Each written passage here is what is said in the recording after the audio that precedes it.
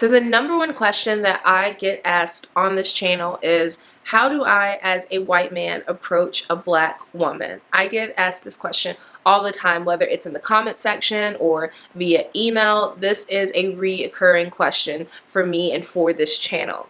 And so I've taken the time to kind of like compile this do's and don'ts list of approaching a black woman as a white man. And I really want to share it with you because I believe that some of the things that I've added to this list can be really helpful for some of the people who have posed this question. So when approaching a black woman, especially a black woman you don't know or you are not on friendly terms with, I would avoid using monikers such as queen or goddess, especially like black queen, Nubian queen, African queen.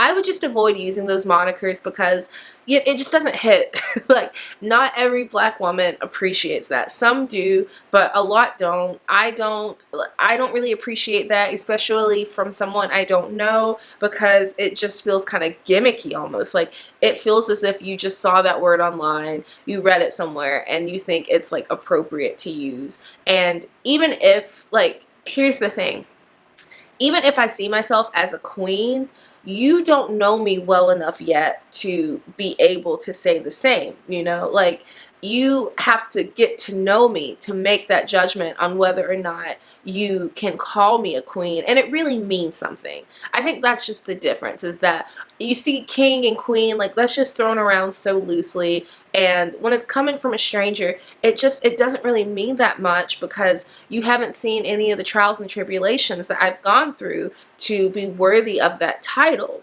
And so I would just completely avoid those terms, especially if you don't use those with women of other races. So another thing that I would recommend is that you avoid making like political or ideological assumptions about this black woman. In fact, a common question that I'm asked usually via email is like, you know, I'm a conservative white man, most black women are liberal. How do I approach, like, how do I navigate that? And that's just not really the truth. Like, maybe in a younger generation, like, I feel that more and more black women in my age range and lower, and I'm 30 years old, by the way, I feel like more of us and those who are younger are more liberal. But I don't really think, generally speaking, that the black population is all that liberal. And even when the black population tends to vote in a more liberal way, I don't really think the ideologies necessarily connect. And so I just say that to say that you shouldn't make any ideological or, again, just like political assumptions, because you just have no idea. You don't know. And honestly, even if like a person was raised a certain way, that doesn't necessarily dictate the type of person that they are now, that they are in their adulthood. You know, circumstances, life just changes us. So don't come into it with these ideas of what her ideas are. Avoid microaggressions such as pretty for a black girl or most beautiful black woman. Things along those lines. Avoid those microaggressions, because no woman wants to be told that she is pretty for something, like that her beauty is conditional or that she's the like exception to a standard of being unattractive. Like, someone, if you give a black woman a compliment, if you are going to tell her that she is beautiful, just tell her that she is a beautiful woman. And again, you don't have to say like beautiful Nubian queen or beautiful Nubian goddess. I mean, maybe if you actually know that she like is of Nubian ancestry, like if you actually know that, and you know, maybe then, maybe in that circumstance. But otherwise, just keep it simple. Again, whatever you would do with a woman of your own race or just a non-black woman, you can do the same things. Okay, this one may be controversial, so I'm just going to say this is a personal preference for me. And, you know, really all of these are personal preferences, personal opinions. I am just taking the time to share my thoughts because I have been asked the question. But please, black women, in the comments down below, please feel free to share what you think. What are your thoughts on this topic? So for me, I would say avoid things like chocolate or caramel or just like anything anything to where you're trying to like unnecessarily draw parallels, draw comparisons between my complexion and some sort of food item. Like, why? Why are you doing that? What are you getting at by doing that? Like, why do you need to do that? Do you do that again with women of other races? If you're talking to a white woman, do you try to draw some comparison to her complexion and some sort of food product? You probably don't. Maybe you do, maybe you do, but to me it seems like you probably don't. And so again, please don't do that with us. I hate when someone tries to tell me or again compliment, and I know they mean well. I know they mean well, but it just honestly makes me cringe when I am called like chocolatey or I don't know, any other food item. I am a human being. I am not a food item. So please just don't do that. Now, another thing that I would tell you to avoid doing is don't expect her to be like the expert on the entire black population. This happens all the time where like your white partner will ask you as a black person something about black people. And I don't think that this is always bad. I really don't. I don't think that this is an inherently bad thing. I just think that if you choose to do that, make sure that you're asking her opinion and you're making it known that you just want to know her opinion and that her opinion is not supposed to be like a representative. You know what I mean? Like it's not going to be the entire, it's not all of the opinions. And so just be mindful that she's not the representative for the entire population. She is one person. Black people are not a monolith. We are so diverse. Like there's just so much diversity within the black population. She doesn't know everything about every black person. She's not related to every black person. So again, you can ask her questions. Of course you can ask her questions, but don't expect her to know everything and don't just take her word as just the rule. You know what I mean? Like take it as her rule.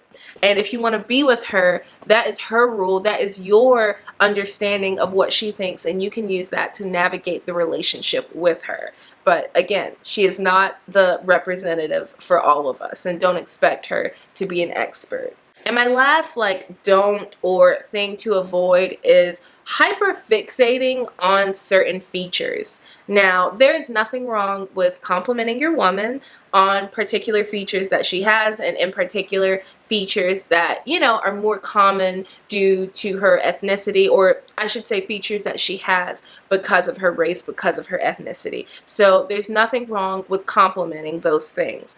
But you also don't want to hyperfixate. Like you don't want to hyperfixate on those features to the point in which she becomes uncomfortable. And I would really encourage you, don't take this point, don't take any of these points, but like, don't take this point so seriously. Don't think to yourself, like, don't get flustered, don't get frustrated, and just think like, what? I can't do this, I can't do that, I can't say this, I can't say that. Like, it's not about what you can and can't say. It's not about what you can and can't do. It's about how. It's about how you do those things, how you say those things. And in the example of like features and complimenting features, like turn the tables around. Like look at it from a different perspective. Try to put yourself in her shoes. Like what if you have this woman and let's say that you have blue eyes and a beard, for instance, and she's just always gushing. She's consistently gushing on your blue eyes and your beard. She's not really complimenting any other part of you. She's not complimenting any other physical feature, and she's not complimenting any like personality trait that you have. Like it's just you have the most beautiful blue eyes and you have such a nice full beard, and that's it. Like after a while you're going to start to wonder if she's with you for you, or is she with you because you check the boxes of the physical features that she likes. And if you get into an argument, if you get into an altercation, like if times get tough, is she gonna stick by you? Like is she truly in love with you, or will she just leave you behind and go on to the next person who has those physical characteristics? So again, there's nothing wrong with admiring certain features. There's nothing wrong with that. But you don't want to hyperfixate, because you want to make sure that the person that you're with sees that you like them for who they are in their entirety. Okay, and so we're coming to the end of the video, and I just want to share with you all some things that you should probably know when approaching a black woman. So these aren't things to do or not do. These are just things that will probably be helpful for you to know. So the first thing is, you are likely going to have to be really direct in your approach, because many black women, in the same way that many white men don't believe that black women are physically attracted to them or would be interested in pursuing a romantic relationship with them, a lot of black women feel the same about white men. And so if you are going to approach a black woman, you need to be really direct in like what you're trying to do. You need to be really direct, because she likely will not get what you are doing. Like, not all the time. I want to be clear, not all the time. I don't mean this as like she's unintelligent or she's not intuitive. I don't mean that. I just mean that a lot of black women aren't used to that. And so you need to just make sure that you're really direct. Be kind, be flirtatious, be fun, be sweet, but be direct. And on the flip side of that, speaking of directness, many black women are very direct. Many black women are very direct because here's the thing. We have not been conditioned, we have not been socialized to be able to just get what we want, get what we need, get what we deserve from just falling back, from just sitting in our femininity. Like, we haven't really been able to do that, historically speaking.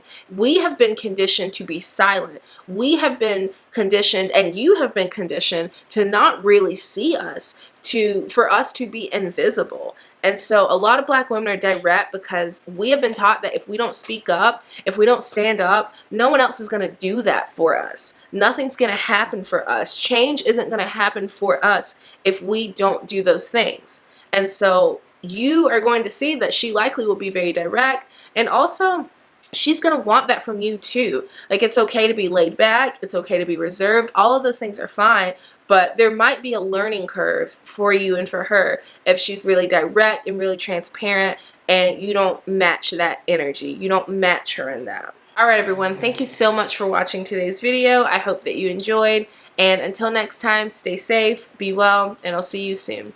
Bye everyone.